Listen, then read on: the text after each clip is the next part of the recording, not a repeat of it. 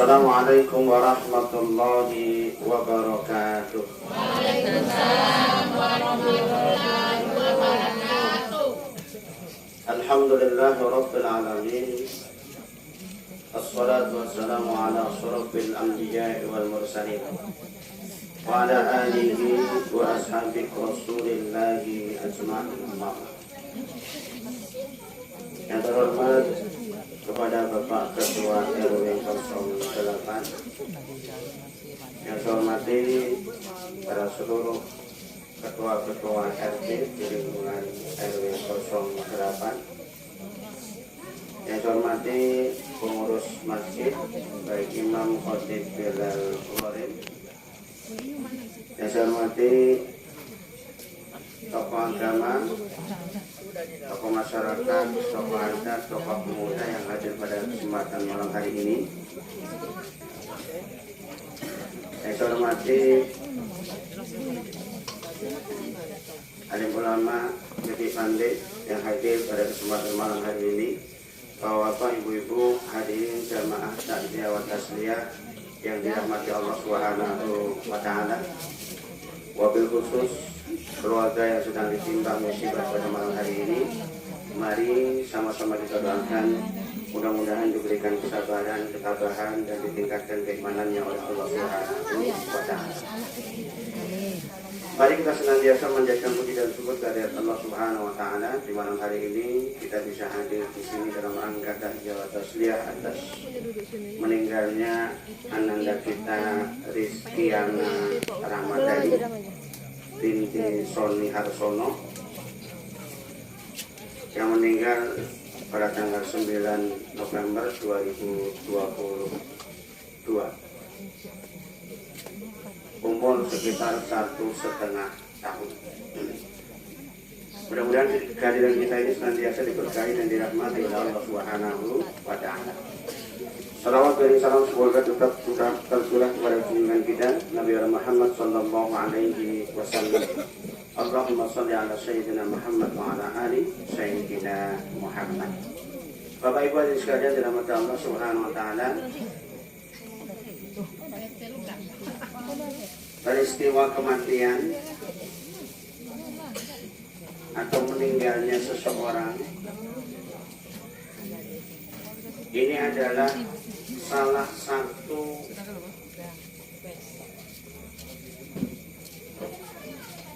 hal yang harus yang hidup hari ini mengambil pelajaran dari kejadian ini. Karena setiap kita nanti juga bakal menyusul. Karena ternyata kematian itu tidak memandang usia. Ananda kita ini baru umur 1,5 tahun. Jadi umur manusia batasnya tidak tahu. Perjanjian kita dengan Allah sudah lupa. Kita dulu mintanya umur berapa?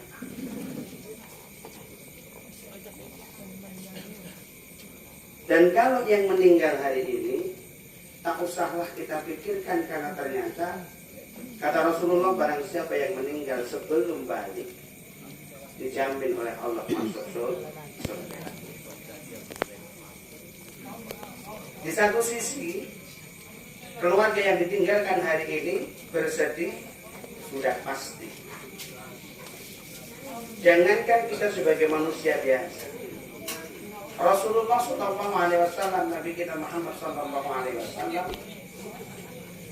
ditinggal pergi anaknya yang namanya Qasim, itu juga balita.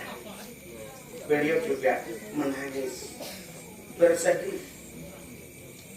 Karena sifat manusia bila mendapatkan musibah pasti kesedihan itu terjadi. Maka sudah sewajarnya kita bersedih. Yang tidak diperbolehkan oleh Rasulullah SAW adalah, yang diingatkan oleh Rasulullah SAW adalah apabila kita ditimpa musibah, terutama adalah kematian, kita tidak diperkenankan untuk apa? Meratap. Bersedih, nangis biasa dan diperbolehkan. Tapi meratap tidak diperkenankan oleh Allah, Rasulnya dan agama kita. Oleh karena itu, kami berharap kepada keluarga yang ditimpa musibah pada malam hari ini, kuncinya adalah bersabar, ikhlas, tawakal kepada Allah Subhanahu wa Ta'ala. Dan sebenarnya kesedihan yang hari ini segeralah diakhiri, karena sesungguhnya anak yang meninggal dunia hari ini nanti akan menjadi penolong kedua orang tuanya di akhirat. Karena janji Allah Subhanahu wa Ta'ala, nanti dikala di akhirat tidak ada satu orang pun yang bisa memberikan pertolongan kecuali pertolongan itu datangnya dari Allah Subhanahu wa Ta'ala. Dan semua orang, hampir semua orang nanti di akhirat hidup dalam kondisi kehausan yang sangat karena air tidak ada. Tapi ada sebagian orang yang ternyata dia tidak merasa kehausan karena ternyata ada orang yang ngasih minuman. Siapa itu? Itulah anak-anak kecil yang meninggal sebelum kali. Maka barang siapa yang hari ini mempunyai tabungan di akhirat, bersyukurlah, bergembiralah, dan bersabarlah untuk menanti kehadiran anak-anak kita.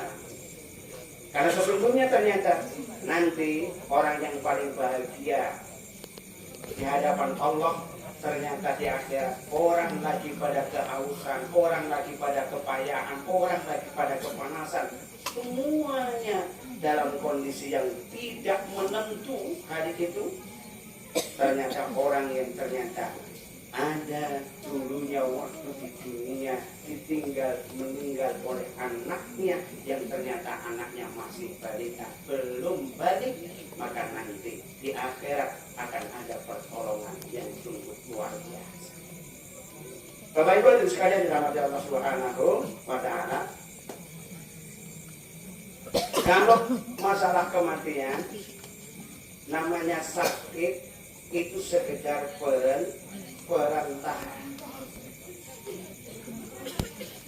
Karena banyak orang yang sakit menahun, banyak orang yang sakit sampai 5 tahun, 4 tahun, 20 tahun, bahkan kalau ada Bu, ada sakit panu.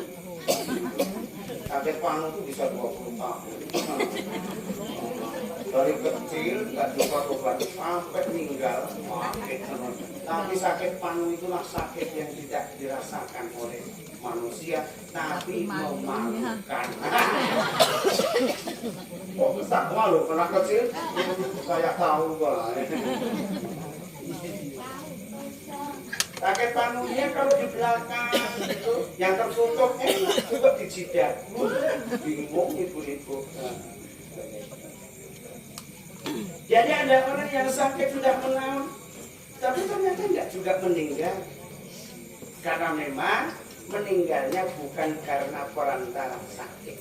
Tapi yang jelas, meninggalnya seseorang itu adalah terpisahnya dari jasad dan ruh.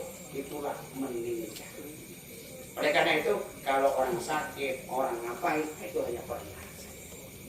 Oleh karena itu, Bapak Ibu dan sekalian dirahmati Allah Subhanahu wa Ta'ala, maka ada orang meninggal lagi kesandung batu, ada orang meninggal ketimpa kapas, ada meninggal. Mosok ketimpa kapas meninggal, lah iya orang kapasnya 10 ton. Walaupun kapas itu kalau 10 ton ya berat juga. Kalau dikit iya, tapi kalau 10 ton ya berat. Dan meninggalnya seorang, ya Allah, berlain-lain. Ada orang lagi mancing meninggal, ada yang kemarin-kemarinnya mancing, hati-hati. Ada orang yang meninggal baru baca Quran meninggal, ada. Orang jadi imam meninggal ada. Orang ceramah belum ada. Yang ceramah belum ada. Udah pernah dengar? Belum ya? Belum. Kayaknya penceramah agak lama. Jadi ternyata meninggal itu dalam kondisi apapun. Kalau Allah menghendaki dan sesuai dengan perjanjian kita, maka meninggal. Makanya kita kalau meninggal ini makanya ceramah hari ini untuk yang hidup hari ini. Karena yang sudah meninggal sudah beres semuanya. Langsung diterima, langsung disambut oleh para malaikat dan tidak akan ditanya apapun. Malaikat itu diem aja. Begitu melihat anak-anak sebelum balita meninggal, malaikat itu pensiun langsung. Begitu melihat masih kecil, ya udah tinggal pergi. Langsung bubuk enak-enak aja di sini, selesai nanti nunggu kiamat. Yang payah itu kita yang masih hidup hari ini. Itu yang masih hidup. Nanti meninggalnya seperti apa? Itu masalahnya. Dan karena itu hari ini ceramah hari ini khusus yang kita masih yang tua-tua yang masih dikasih kesempatan hidup hari ini. Cuman kalau anak kecil itu kelemahannya adalah belum merasa kenikmatan dunia itu saja. Dan kita ini yang sudah tua kayak begini, yang sudah 40, 50, 60 sudah terlalu banyak mendapatkan kenikmatan dunia dan belum tentu nanti kita mendapatkan kenikmatan akhirat. Itulah yang harus kita pikirkan hari ini. Belum Pak, masih lama. Bapak Ibu yang sekalian dirahmati Allah Subhanahu wa Ta'ala, makanya kita harus punya cita-cita untuk meninggal itu dalam kondisi husnul khotimah. Maka kita disuruh oleh Rasulullah SAW, berdoalah engkau, memintalah kepada Allah. Meminta apa? Minta kematian dalam kondisi husnul khotimah. Karena ternyata kesuksesan manusia itu bukan semasih kita hidup ternyata. Jangan kita ngira kesuksesan manusia itu, oh bukan punya harta banyak, kebun banyak, mobil banyak. Bukan itu, pekerjaan layak. Bukan ternyata. Karena kesuksesan manusia itu ternyata dicantumkan dalam Al-Quran, wala tamutunna illa wa antum muslimun. Jangan sekali-sekali engkau meninggal dunia kecuali dalam kondisi apa? Beriman kepada Allah Subhanahu wa Ta'ala. Itulah suksesnya manusia. Untuk apa bergeliman harta? Untuk apa punya kedudukan luar biasa, pangkat yang luar biasa? Tapi ternyata meninggalnya dalam kondisi syukur khotimah, merugi dan tidak akan bisa diulang lagi. Tapi enaknya adalah sudah di dunianya dapat kenikmatan, di akhirat dapat juga nikmat. Oleh karena itu yang harus kita kejar hari ini. Oleh karena itu Bapak Ibu hari sekalian dirahmati Allah Subhanahu wa Ta'ala, berdoalah kita kepada Allah agar kematian kita dalam kondisi husnul khotimah. Dan kematian itu ternyata di mana kita tempatnya? Oh belum tentu di mana kita dilahirkan di Sawah Lebar misalkan.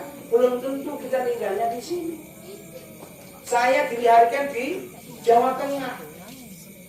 6 tahun dilarikan oleh Pak Harto ke Bengkulu Utara. Kok dilarikan naik pesawat terus naik mobil gitu ke Bengkulu Utara. Ternyata kecantolnya di Sawah Lebar baru. Intan Baitul Amba ditahan. Ada foto saya nggak? Oh ya kalau ceramah di sini ada mertua, ada tetangga, awas ya nah. Jadi ternyata ketanggal di sini tinggalnya di mana? Di Masjidil Haram. Amin gitu Bu. Punya cita-cita harusnya begitu. Jadi jangan sampai sudah lahir di sini, besar di sini, punya anak di sini, bahkan punya menantu, punya cucu di sini, meninggal juga mau cuma di sini. Nanti yang imam siapa cuma nganti ngomong. Pak RW doanya belum tentu dikabulkan. Saya tuh udah berdoa berkali-kali minta kaya sampai hari miskin tuh kok terus. Berarti doa kita belum tentu dikabulkan. Maka kita harus punya cita-cita tinggal di Masjidil Haram. Yang mengenalkan siapa? Syekh. Kalau saya Syekh pusaka Syekh. Tidak enak. Tapi di sana yang Allah, para ulama besar dan jamaahnya insya Allah jutaan. Umroh saja sekarang sudah jutaan, apalagi kalau haji. Maka setiap kami kemarin umroh berdoa, ya Allah matikan saya di sini. Baru doakan. Tapi kan nanti kalau mau ada mau umrohkan gratis boleh. Itu minta di sana. Kenapa? Kata Rasulullah SAW, barang siapa yang meninggal dunia kemudian disolatkan oleh sedikitnya 40 orang jamaahnya, itu bakal dihindarkan oleh Allah siksa kubur 40. Nah kalau jutaan berarti perkalian 40 kali sekian kali. Itu sungguh luar biasa. Oleh karena itu, mari kita berdoa kepada Allah Subhanahu wa taala untuk kita masing-masing menyelamatkan diri. Karena sesungguhnya kita ini nanti kalau sudah di akhirat itu nafsi-nafsi sendiri-sendiri mempertanggungjawabkan semua perbuatan waktu di dunia itu sendiri-sendiri. Tapi waktu di dunia kita diperbolehkan untuk berjamaah. Mendapatkan pahala itu secara berjamaah itu lebih enak. Ini kita datang hari ini di sini, ini kalau mau dihitung mungkin lumayan lah ini ya, 50, 70, sampai 100 ada Pak. Kalau nggak ada tambahin yang tidur di rumah. Nah, jadi ini yang datang di sini, satu orang yang datang itu pahalanya dikalikan sejumlah orang yang hadir hari ini. Setiap satu orang. Termasuk walaupun yang ngantuk sekalipun dapat itu. Cuma nanti kalau yang ngantuk dikorting dikit Pak. Nanti di akhirat ini kok pahalanya gede banget pada waktu takziah ngantuk wah dikorting dikit. Jadi Pak. Makanya kalau mau hitung-hitungan pahala hari ini malam hari ini, siapa yang paling banyak pahalanya? Penceramah. Lah iya. Ibu-ibu kalau pas saya lucu kan ngantuk, begitu. Sudah kan ada juga. Oh ada, mohon maaf ya Bu. Bukan sengaja, tapi memang nekat. Jadi begitu. Oleh karena Bapak Ibu dan sekalian dirahmati Allah Subhanahu wa taala, ya Allah, carilah pahala di dunia ini sebanyak-banyaknya, karena sesungguhnya sebanyak apapun pahala yang kita bawa nanti, sebenarnya kalau dibandingkan dengan kenikmatan surga, satu kenikmatan surga saja sudah tidak bisa untuk membayar. Jangankan kita, Rasulullah SAW Nabi yang sesungguhnya dosa yang telah lalu, dosa yang akan datang sudah dihapus oleh Allah Subhanahu wa taala, dan Rasulullah adalah satu-satunya orang yang ibadahnya sungguh luar biasa. Tapi yang keluar dari lisan beliau, amal ibadah yang aku lakukan dari mulai pertama aku menginjakkan kaki di bumi ini sampai meninggal dunia, kalau kemudian dibalas oleh Allah satu kenikmatan di surga, maka itu tidak ada apa-apanya. Sehingga apa? Kalau toh saya kemudian dijamin oleh Allah masuk surga, bukan karena ibadahku, tapi karena rahmat Allah lah yang kemudian masukkan aku ke dalam surga. Apalagi kita sebagai manusia biasa, yang setiap harinya dosa itu pasti kita lakukan. Tapi ingat, ternyata rahmat Allah lebih banyak ketimbang dosa yang kita lakukan. Semasih kita beriman kepada Allah Subhanahu wa taala dan mau memperbaiki diri dan senantiasa istighfar kepada Allah, maka dosa sebanyak apapun akan diampuni oleh Allah Subhanahu wa taala. Oleh karena itu kita patut bersyukur hari ini kita didatangkan, dihadirkan, dilahirkan oleh Allah ternyata menjadi umatnya Muhammad, umat terakhir, akhir zaman, yang ternyata umat akhir zaman ini adalah umat yang nantinya ternyata pertama kali masuk surganya Allah Subhanahu wa Ta'ala. Jadi umatnya Nabi Adam, Nabi Nuh, Nabi Sulaiman dan seterusnya itu belum akan masuk surga sebelum Ngadiono, ibu-ibu, Pak RW, Pak RT masuk surga. Belum, nunggu kamu ninggal udah kamu, ya kan? Tak Nabi Adam sebala tentaranya tuh ninggalnya kapan? Nggak ngerti. Luar biasa. Nunggunya sampai hari ini belum kiamat. Nah kita mending sebentar lagi kiamat. Mau siap-siap. Sebentar lagi kiamat, siap-siap. Kita sebentar nanti di dalam kubur dibangkitkan lagi. Ternyata yang duluan masuk surga kita ini datang kemudian, tapi masuk surganya duluan. Itulah bersyukurnya kita punya nabi, punya agama, nabinya Nabi Muhammad, agamanya agama Islam. Maka bersyukurlah kita hari ini. Bapak Ibu hadirin sekalian dirahmati Allah Subhanahu wa Ta'ala. Oleh karena itu, mari kita persiapkan dengan sebaik-baiknya hari ini. Mumpung kita masih hidup, mumpung masih diberikan kesempatan, nyawa masih di dalam tubuh kita ini, maka pergunakanlah semua peralatan yang hari ini diberikan oleh Allah secara gratis, dan insya Allah itu nanti akan kita pertanggungjawabkan di hadapan Allah Subhanahu wa Ta'ala. Maka hari ini kita sebenarnya sudah diingatkan oleh Allah tentang kematian itu sendiri. Hanya saja kita kadang tidak menyadarinya. Peringatan Allah berupa apa? Berupa semua panca indera yang hari ini diberikan oleh Allah kepada kita dikurangi nikmatnya. Dulu waktu umur 17, 20, 30 tahun kita baca Quran, baca tulisan kecil-kecil, aman, nggak usah pakai penyambung kaca mata. Tapi begitu sudah umur 40, 50, bahkan 60, 70, sudah besar tulisannya, itu pun masih kabur kelihatan. Itu pertanda apa? Pertanda bahwa nikmat penglihatan sudah mulai dikurangi oleh Allah. Jadi penglihatan kita karena sudah dikurangi, kita sudah tua, maka lihatlah sesuatu yang baik, sesuatu yang berguna, sesuatu yang nantinya bisa menyelamatkan kita baik di dunia maupun di akhirat. Karena nanti kedua mata kita ini akan mempertanggungjawabkan semua apa yang pernah kita lihat waktu hidup ini.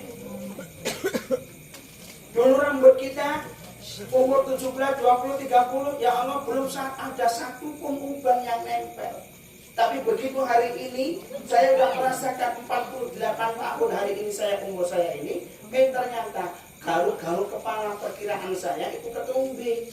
Ternyata mengolah warna putih di rambut saya, itulah yang namanya uban. Kalau kita sudah didatangkan oleh Allah berupa uban yang rambut dulu hitam sekarang menjadi putih, itu pertanda bahwa sesungguhnya diingatkan oleh Allah, sebentar lagi pakaianmu itu bukan pakaian yang hari ini engkau pakai, tapi nanti pakaian itu adalah pakaian putih, yang itu adalah pakaian yang paling jelek. Kain kafan itu paling jelek. Nanti pakaianmu itu bakal pakai kain kafan. Maka diingatkan oleh Allah putih itu. Apalagi kalau kepalanya udah putih semuanya, itu udah dekat dengan kematian. Ini betul loh Pak. Mau bantu, mau ngaku terserah.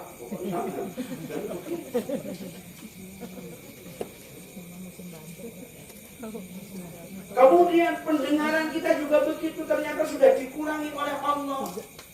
Dulu orang bisik-bisik aja kita kedengaran, ini udah teriak-teriak masih apa? Begitu.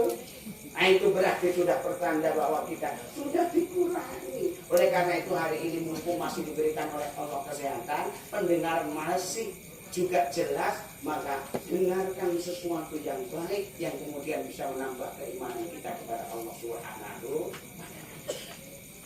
Karena diingatkan oleh Allah Subhanahu wa Ta'ala, ternyata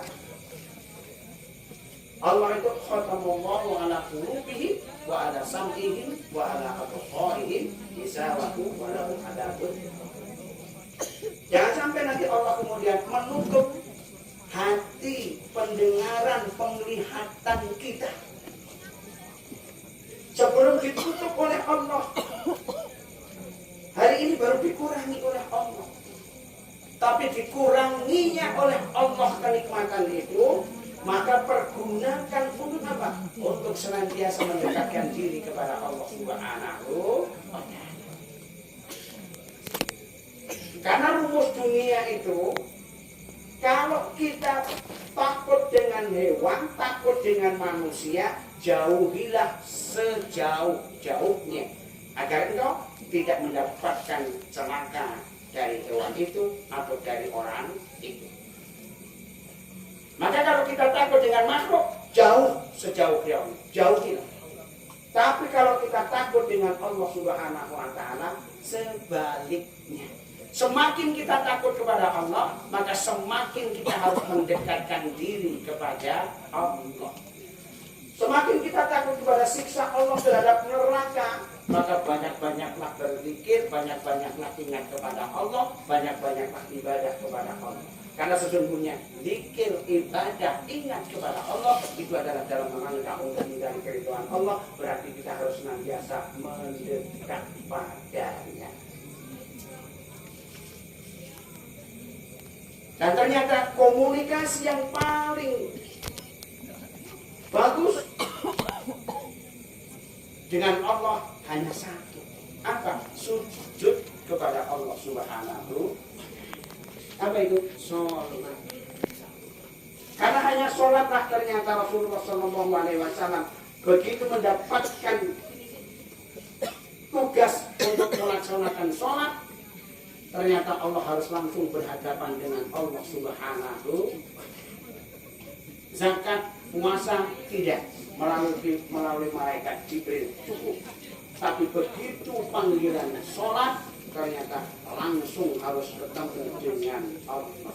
Maka sujudnya kita, rukuknya kita, itu ternyata pertemuan kita dengan Allah Subhanahu. Oleh karena itu, sujudnya kita, persiapan kita sholat ini jangan disepelekan. Maka hanya sholatlah yang ternyata harus badan, pakaian, tempat itu harus suci. Kalau zakat, membawa zakat apa harus pakai wudhu? Hanya sunnah. Boleh wudhu. Haji pun tidak semua pelaksanaan haji harus suci tubuhnya. Ternyata begitu. Tetapi sholat, tidak ada satupun sholat yang kemudian tidak menggunakan wudhu.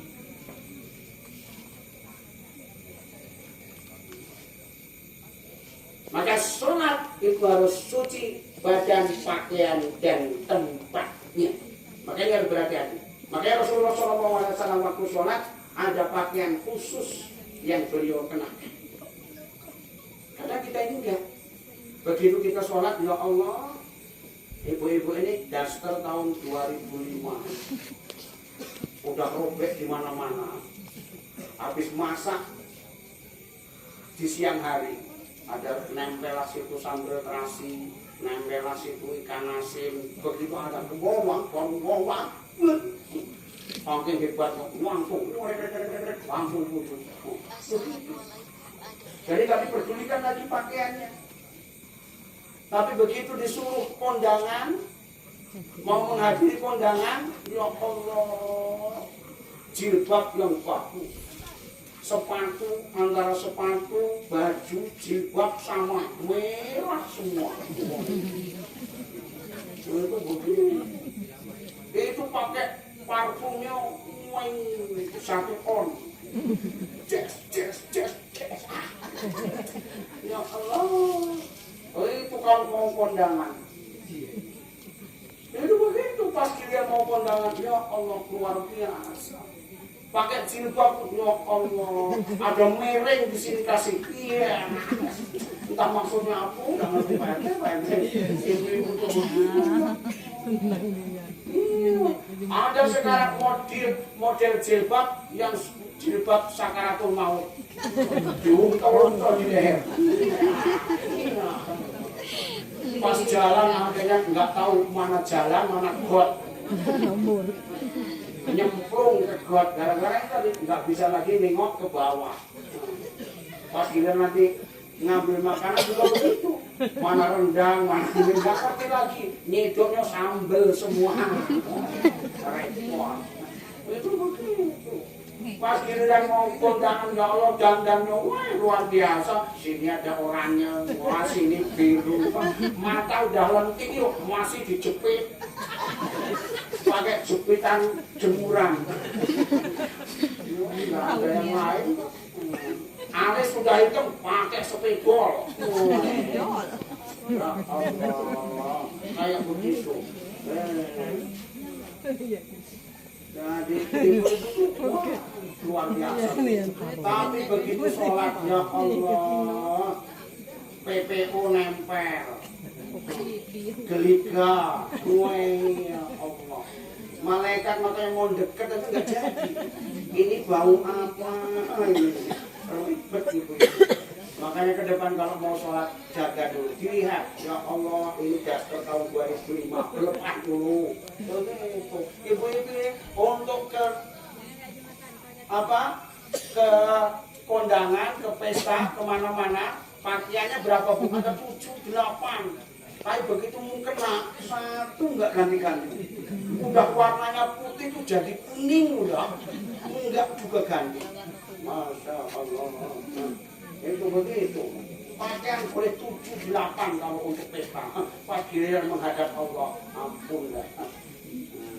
Itu begitu. Maka mulai hari ini sadarlah, ya, sadarlah. Begitu juga bapak-bapak. Ini jangan terus mikir aku aman gitu. Tidak baca. Kalau bapak-bapak juga begitu.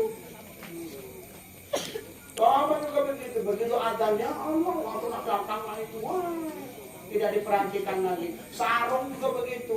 Nggak ganti-ganti padahal udah kayak sok motor ngeper, nggak ganti-ganti.